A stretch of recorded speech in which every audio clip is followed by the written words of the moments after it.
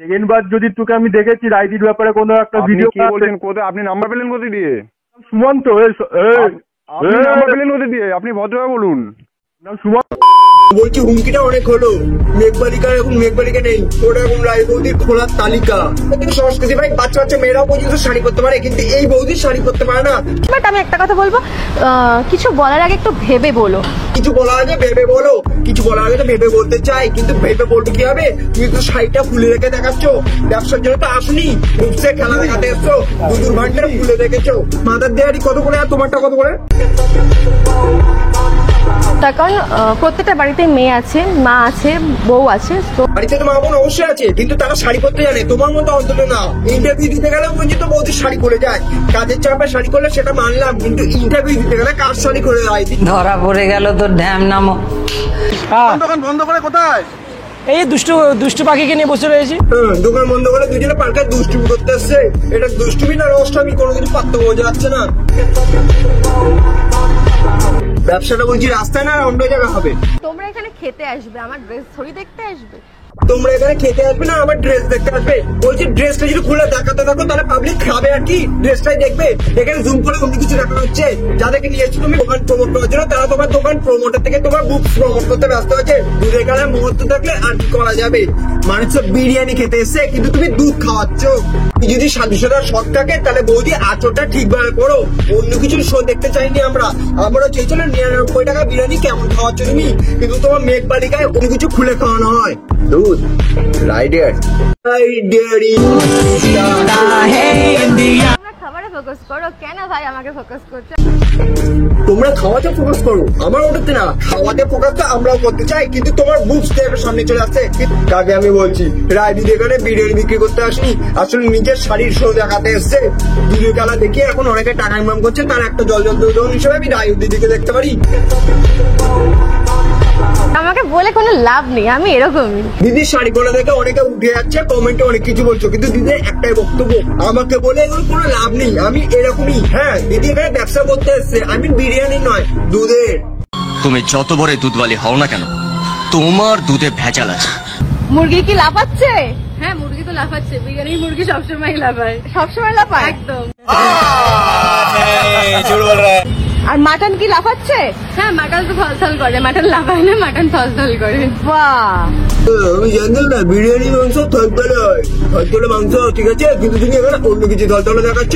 তোমার ভিডিওতে আসলে ভাই একটা জিনিস দেখতে পারি আমি, 250 গ্রামের থুক্কা বেলুনের মাংস। দিদি এটাই কি তোমার সেই ঐতিহাসিক চিকেন থালি? নাইস। হ্যাঁ, এটা হচ্ছে 110-এর থালি। রাইদির ঐতিহাসিক রাইদি এটা হচ্ছে দিদি ঐতিহাসিক চিকেন থালি। চিকেন আমি এখানে দেখতে পাচ্ছি না, চিকেন এখানে শো হচ্ছে না, হচ্ছে অন্য কিছু। ক্যামেরাম্যানদের শুধু ফোকাস করে থাকে ওখানে। দিদি আনে ভাড়া করে ভাই এদেরকে দেখানোর জন্য। আরে বাপ রে, ये तो धोती खोल रहा है। আগে যে লুকসটা যেটা ছিল, সেই লুক আর এই লুক দেখে বোঝা যাচ্ছে না সেই রায়ের সাথে আমি কথা বলি। তাই আগে লুকস কই? রাইদি আগে লুকসটা এইটা আর এটা পরের লুকস, এর মধ্যে কোনো পার্থক্য বুঝতে পারছি না, কিন্তু এরা দেখতে আসছে অন্য কিছু। রাই বৌদি বিরিয়ানির দোকানে বিরিয়ানি পাওয়া যায় না, পায় দুধ। কোথায়? এই দুষ্টু পাখিকে নিয়ে বসে রয়েছি। আবার দুষ্টু পাখি নয়, কোনো দুষ্টু পাখি নয়। স্মার্ট দাদা, স্মার্ট দিদি বলতে পারে। স্মার্ট চাওয়ালি, দুষ্টু পাখি নয়। স্মার্ট চাওয়ালিকে পেয়ে গেছি। দোকান বন্ধ? দোকান এখন বন্ধ থাকবে, দুজনেরই দোকান বন্ধ। দুজন এখন দোকান ছেড়ে চলে এসছে। কোথায় যাবে? পার্কে। পার্কের পর কোথায়? হোটেল। হাতের হোটেল খেতে যাবে না? রাইদির বিরিয়ানি চাকা তোমরা অলরেডি চেয়ে বেড়েছো তার দুধের কর্ম দেখে। হ্যাঁ দাঁড়াও, এখন খাওয়া বাকি আছে। रुको जरा, सबर करो। এই রাইদির আসল নাম হচ্ছে পিউ মিত্র। যে কিছুদিন আগে একটা ফেসবুকে পোস্ট বিভৎস পরিমাণে ভাইরাল হয়। এটা রিয়েল না fake I don't know, but আমি একটা এক্সপ্লেন করতে চাই তোমাদেরকে এবং সত্যি ঘটনা জানাতে চাই। এই যে সামনে স্ক্রিনশটটা দেখতে পাচ্ছ, এটা তোমরা চাইলে পজ করে দিয়ে পুরোটা করতে পারো, নাহলে আমি এক্সপ্লেন করে দিচ্ছি অসুবিধা কি আছে। তো 25শে জুলাই রাহুল নোনিয়া নামে এক ব্যক্তি যে পিউ মিত্র সাথে চ্যাট করে ফেসবুকে, চ্যাট করার পর তাদের সাথে টুনি ভালো আলাপ আলোচনা হওয়ার জন্য একটা রুম বুক করে। তো রুম বুক করাতে রাহুল লোনিয়া রুম বুক করে এবং সেখানে পিউ মিত্র এবং পিউ মিত্র বান্ধবী তারা কি মিট আপ করে।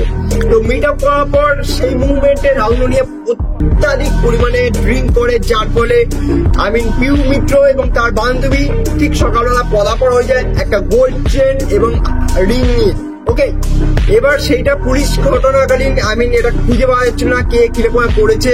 সে কমপ্লেন জানায় হোটেলের মধ্যে রাহুল লোনিয়া, এবং সেটা কোনো রকমে খুঁজে পাচ্ছিল না। রাহুল লোনিয়া এটার একটা এফআইআর করে, যার ফলে হোটেলের সিসিটিভি ফুটেজ থেকে জানতে পারা যায় যে তারা উবের করে পালিয়েছে, এবং উবের ড্রাইভারকে ট্র্যাক করার পর সেটা জানতে পারে এবং তাদের দুজনকে অ্যারেস্ট করে, যার ছবি তোমরা অলরেডি স্ক্রিনে দেখতে পাচ্ছ। এই হচ্ছে আসল ফ্যাক্ট। আর আমাদের রায়বদির আসল নাম পিউ মিত্র। আরে বুঝতে পেরে গেছি তোমরা? तू समझा? हाँ नहीं तू समझा नहीं।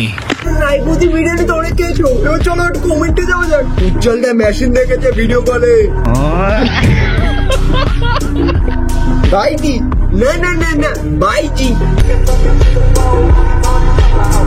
বলছি আপনার কাজের চাপে নয় শাড়ি সরে যায়, ইন্টারভিউ দিতেও আপনার কাপড় সরে যায় কেন? এটা কিসের চাপ একটু বলবেন? আরে এসব কিছুই না, বৌদি আসলে জিপে চালায়। দেখো ভাই, রাইদি বিরিয়ানি তোমাদের কেমন লাগলো আমি জানি না, কিন্তু রাইতে অন্য কিছু তোমাদের ভালো লাগে আমি জানি। তো প্লিজ ভিডিওটা লাইক করো, শেয়ার করো, সাবস্ক্রাইব করো, আর ইউটিউব চ্যানেলটাকে কিন্তু পাশে বেল আইকনটা প্রেস করতেই হবে।